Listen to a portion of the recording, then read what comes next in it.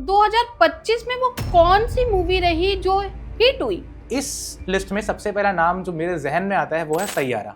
Sir ये तो बात हो गई सैयारा की, तो चलिए अब बात करते हैं छावा मूवी की।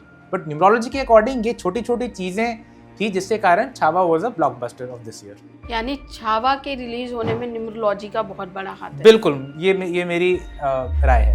अच्छा सर, एक मूवी आ रही है जॉली एलएलबी, जो कि पीछे भी उसकी बहुत हिट गई, जितने भी पहले भी रिलीज हुई, तो अब एक नए उसके अवतार के साथ आ रही है, तो आपको क्या लगता है वो हिट होगी या फ्लॉप होगी? 2025 में वो कौन सी मूवी रही जो हिट हुई, लेकिन आपने सोचा है कभी कि उसके हिट होने का कारण क्या रहा है? यही सब बात जानने के लिए आज हमने अपने स्टूडियो में बुलाया है चैतन्य दी साहू जी को, जो कि एक न्यूमरोलॉजी एक्सपर्ट हैं। तो चलिए मिलते हैं चैतन्य दी साहू जी से। नमस्ते सर। नमस्कार सोनी जी, बहुत बहुत शुक्रिया मुझे यहाँ बुलाने के लिए।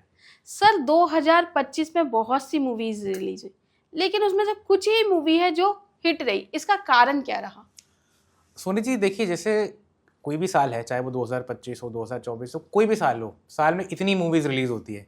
अब कुछ फिल्में हिट जाती हैं, कुछ फिल्में फ्लॉप जाती हैं और कुछ फिल्में बहुत ही फ्लॉप जाती हैं।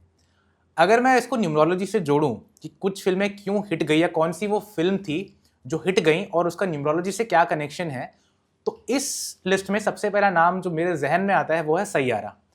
अब सैयारा का अगर आप देखें एज अ मूवी, वो काफ़ी हिट गई है, लोगों ने उस मूवी को काफ़ी पसंद किया है जितना मैंने सुना है। हालांकि मैंने वो मूवी नहीं देखी है, बट अगर मैं उसका न्यूमरोलॉजी से कनेक्ट बिठाऊं तो सैयारा की जो स्टार कास्ट है उसमें है आहान पांडे और अनीत पडा, जो दो न्यू कमर्स है बॉलीवुड में। सो उनकी अगर आप डेट ऑफ बर्थ देखें, सो आहान का डेट ऑफ बर्थ है 23 दिसंबर 1997, 23 दिसंबर 1997, ड्राइवर 5 कंडक्टर 7। और अनीत का डेट ऑफ बर्थ है 14 अक्टूबर 2002, ड्राइवर 5 कंडक्टर 1। तो सिंस इनका ड्राइवर 5 है, 5 नंबर जैसा कि आप सभी जानते हैं, जैसे कि आप इस बात से वाकिफ़ हैं कि ये लोग जो हैं कभी लाइफ में अनसक्सेसफुल नहीं होते हैं। भले ही लाइफ में वो कम सक्सेसफुल हो, ज़्यादा सक्सेसफुल हो, बट मैंने अपने तजुर्बे के आधार पे मैं ये कह सकता हूँ कि मैंने ऐसा व्यक्ति आज तक नहीं देखा कि जो 5 नंबर से रूल होता हो और लाइफ में अनसक्सेसफुल हो। तो एक तो ये रीज़न है जो मुझे ऐसा लगता है, because of the star cast इतनी अच्छी थी, उनकी डेट ऑफ बर्थ इतनी स्ट्रांग है, तो this is one of the reasons कि एक वो फिल्म क्यों सक्सीड हुई। इसके अलावा अगर मैं आहान पांडे की नेम स्पेलिंग देखूं तो वो आता है नंबर 6 पे, जो कि 33 के कंपाउंड से। अब नेम स्पेलिंग भी अच्छे नंबर पे है, ड्राइवर भी 5 है, 9-5 की लाइन पूरी हो रही है। तो अगर ये चीज़ें हैं तो जाहिर सी बात है सक्सेस तो आनी ही है। इसके अलावा जो मेजर रीज़न मुझे लगता है क्यों सैयारा सक्सेसफुल हुई, वो 2 रीजंस हैं। एक तो है जो पीरियड जो चल रहा है दोनों अनीत और आहान का, एंड द रिलीज डेट। सो जैसा कि मैं आपसे डिस्कस करता, आहान पांडे का जो पीरियड चल रहा है, तो उनका जो पर्सनल ईयर चल रहा है अभी 2025 का, वो चल रहा है नंबर 8 पे, जो है कि है शनि को रिप्रेजेंट करता है। अब एक साल जो है शनि जो है वो एक साल के लिए आया है बुध के घर में, तो 5 और 8 की जो युति है बहुत अच्छी है आपस में। तो ये एक रीज़न है जिसके कारण मूवी सक्सेसफुल हुई है। और सोने पे सुहागा अनीत जो हीरोइन है इस मूवी की, उनका पर्सनल ईयर चल रहा है नंबर 6 पे, जो कि उनके ड्राइवर से बहुत अच्छा मेल खाता है। 6 वैसे ही बॉलीवुड का नंबर है। एंड जो मूवी की जो रिलीज डेट हुई है वो रिलीज हुई है 18 जुलाई को।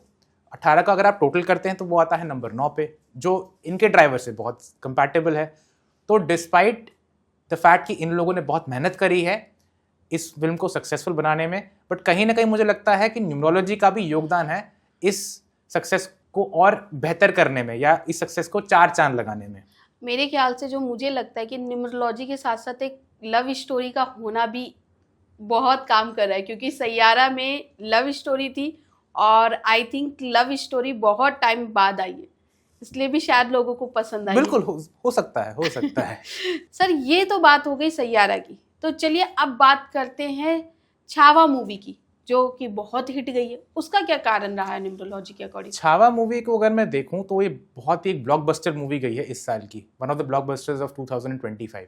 अब इसकी अगर मैं स्टार कास्ट देखूं तो जो लीड रोल्स में थे वो थे विकी कौशल और अक्षय खन्ना। तो अगर मैं विकी कौशल की डेट ऑफ बर्थ देखूं तो वो है 16 मई 1988, यानी 16 मई 1988, ड्राइवर 7 और कंडक्टर 2। और अगर अक्षय खन्ना की मैं डेट ऑफ बर्थ देखूं तो वो है 28 मार्च 1975, ड्राइवर 1, कंडक्टर 8। तो अगर मैं इनका पीरियड देखूं तो विकी कौशल का जो करंट पीरियड है 2025 का, उनका पर्सनल ईयर निकल के आता है नंबर 3 पे, और जो अक्षय खन्ना है उनका जो पर्सनल ईयर निकल के आता है वो निकल के आता है नंबर 4 पे। अब 3 जो पर्सनल ईयर है वो है, 3 क्या रिप्रेजेंट करता है? जुपिटर, बृहस्पति, और इनका ड्राइवर क्या है? 7, केतु। तो 3 और 7 जब आपस में कंपैटिबल हैं तो ये एक रीजन है कि छावा मूवी सक्सेसफुल हुई। और अगर मैं अक्षय खन्ना की बात करूं तो अक्षय खन्ना का जो पर्सनल ईयर है वो चल रहा है 4 पे, और 4 जो है यानी 1 साल के लिए राहु आए हैं सूर्य के घर। तो 4 और 1 आपस में इनकी ठीक ठाक सी कंपैटिबिलिटी है। 4 नंबर की एक और विशेषता है सोनी जी कि 4 नंबर जो है वो सडन लॉसेस और सडन गेन्स का नंबर है। तो अगर आपने ऑब्जर्व किया होगा, अक्षय खन्ना इतने समय से बॉलीवुड से गायब थे, वो वैसे ही एक लो प्रोफाइल रखते हैं एज एन इंडिविजुअल, बट 2025 में ही देखिए उन्होंने कम बैक कर लिया। इसके अलावा जो तीसरा रीजन जो मुझे लगता है क्यों ये फिल्म सक्सेसफुल हुई, because of the release date.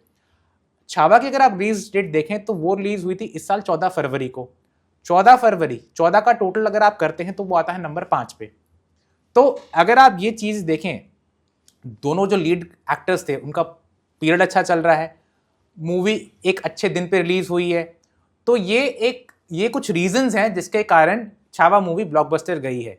और ऑब्वियसली मेहनत तो है एक्टर्स की, बट न्यूमरोलॉजी के अकॉर्डिंग ये छोटी छोटी चीजें थी जिसके कारण Chhaava was a blockbuster of this year. यानी छावा के रिलीज होने में न्यूमरोलॉजी का बहुत बड़ा हाथ है। बिल्कुल, ये मेरी राय है। अच्छा सर, एक मूवी और है जो कि अभी आई थी पीछे, जमी पे, आई थिंक सितारे जमी पर। सितारे जमी पे, उसका क्या रहा? सितारे जमी पर अगर मैं देखूं तो ये एक अच्छी मूवी गई है इस साल की, आमिर खान की साल की पहली फिल्म। तो सितारे जमी पर अगर मैं देखूं तो वो भी कहीं ना कहीं हिट हुई है। इसमें भी कहीं ना कहीं मुझे लगता है आमिर खान का बिकॉज पीरियड अच्छा चल रहा था, तो ये एक रीज़न था कि इस फिल्म ने काफ़ी सक्सेस को अचीव करा। हालांकि अगर मैं आमिर खान की बाकी फिल्मों से इसको मैं कंपेयर करूं, ये उतनी हिट नहीं है।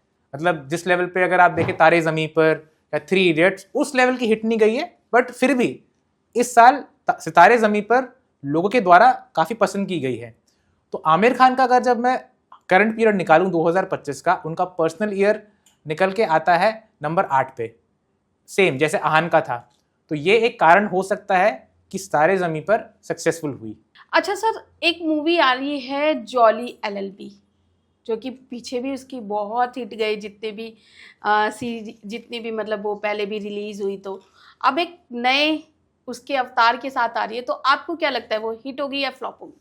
देखिए सोनी जी, अगर मैं प्योरली न्यूमरोलॉजी के प्रिंसिपल्स के अकॉर्डिंग बात करूं तो जॉली एलएलबी 3, जॉली एलएलबी जो सीरीज आई है वो काफ़ी लोगों ने पसंद करी है। फर्स्ट पार्ट हो, सेकंड पार्ट हो, जैसे फर्स्ट पार्ट में अरशद वारसी थे, सेकंड पार्ट में अक्षय कुमार थे लीड रोल में। बट इस बार की खासियत यह है कि दोनों एक साथ होंगे इस मूवी में। तो जॉली एलएलबी का अगर मैं देखूं कि हिट होगी या फ्लॉप होगी, तो मेरी एनालिसिस ये कहती है कि ये 100% हिट होगी मूवी। अब इसका क्या कारण है, क्या लॉजिक है, मैं आपको विस्तार में समझाऊंगा। अब इसमें जो 2 स्टार कास्ट हैं, जो लीड एक्टर्स हैं, वो है अरशद वारसी और अक्षय कुमार। अब अरशद वारसी की जब मैं डेट ऑफ बर्थ निकालता हूं एज पर द इंटरनेट, तो इनका डेट ऑफ बर्थ है 19 अप्रैल 1968, 19 अप्रैल 1968, ड्राइवर 1 और कंडक्टर 2। और अगर मैं इनका पर्सनल ईयर निकालूं अरशद वारसी का साल 2025 का, तो इनका पर्सनल ईयर निकल के आता है नंबर 5 पे।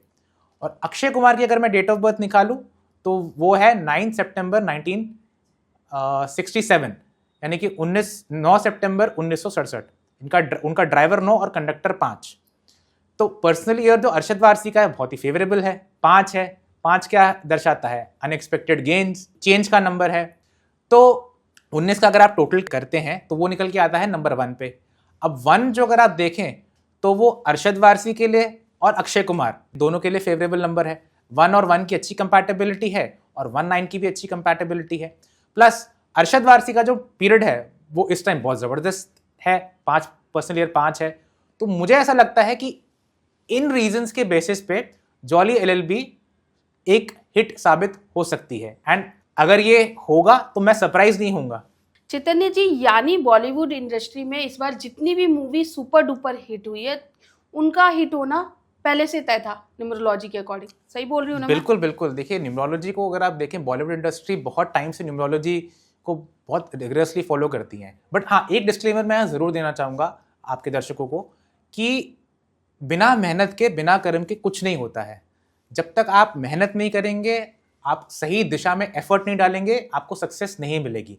बट हाँ, अगर आप मेहनत करते हैं, सही दिशा में करते हैं और न्यूमरोलॉजी की हेल्प लेते हैं छोटी छोटी चीज़ों में, तो ये छोटी छोटी चीज़ें कब बड़ी सक्सेस को लीड कर जाए, आप शायद इसको पता ही जान ही ना पाए। तो आप हमारे स्टूडियो में आए, इसका मैं तहे दिल से आपका शुक्रिया अदा करती हूँ। बहुत बहुत शुक्रिया मुझे यहाँ बुलाने के लिए। जैसा कि चैतन्य जी ने कहा कि न्यूमरोलॉजी आपको हेल्प करती है आपके करियर के लिए। न्यूमरोलॉजी से हेल्प लेकर आप जान सकते हैं अपना फ्यूचर। अगर आपके मन में भी कोई सवाल है या फिर आप भी अपने करियर में हेल्प लेना चाहते हैं या फिर आपकी कोई पर्सनल प्रॉब्लम है, तो उसके लिए आप जुड़ सकते हैं चैतन्य दी साहू जी से। इनकी सारी कॉन्टैक्ट डिटेल आपको हमारे डिस्क्रिप्शन बॉक्स में मिल जाएगी। साथ ही अगर आप इनके और भी वीडियोस देखना चाहते हैं तो इनके चैनल का लिंक भी आपको हमारे डिस्क्रिप्शन बॉक्स में मिल जाएगा। तो देखते रहिए KFE टॉक शो।